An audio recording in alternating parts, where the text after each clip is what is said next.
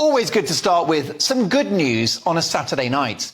And the new boss of Unilever, Heinz Schumacher, says his company, which owns Surf, Pot Noodles and Coleman's Mustard, is going to row back on the use of brands to pursue social causes and to indulge in virtue signalling. This is a good development. We've seen the soap maker Lush get into a lather over Israel. We saw Halifax sign up to Trans Madness with pronoun badges for their staff. And for some strange reason, Ben & Jerry's ice cream had an opinion on Britain's immigration policy. Whatever happened to an ice cream brand being vanilla? Talk about a rocky road. Remember the good old days when companies were there to make money and their main focus was to sell their products rather than wag their finger at you and pursue an often bonkers progressive agenda? Well, the good news is it doesn't work, and people are voting with their wallets.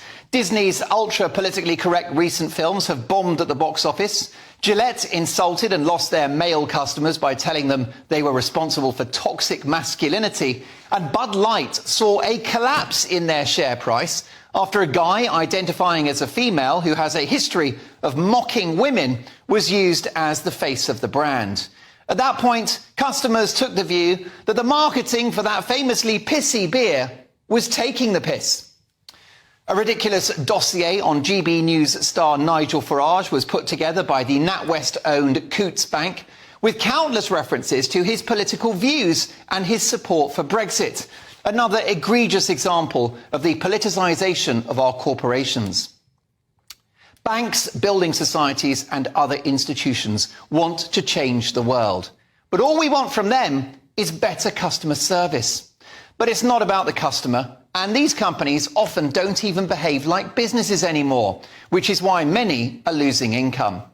Terrifying ESG policies, that stands for environmental, social and governance, reward businesses for pushing climate alarmism and preaching progressive and often contested ideas like trans ideology, which says you can change your sex, or critical race theory, which goes against Martin Luther King's message of a colourblind society.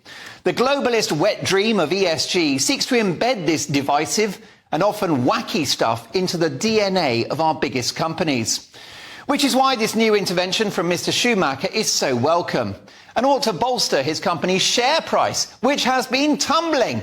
The poor guy's been sweating so much, he probably needs some of that Shaw deodorant that his firm makes. What was that about going broke and going woke? You heard me right.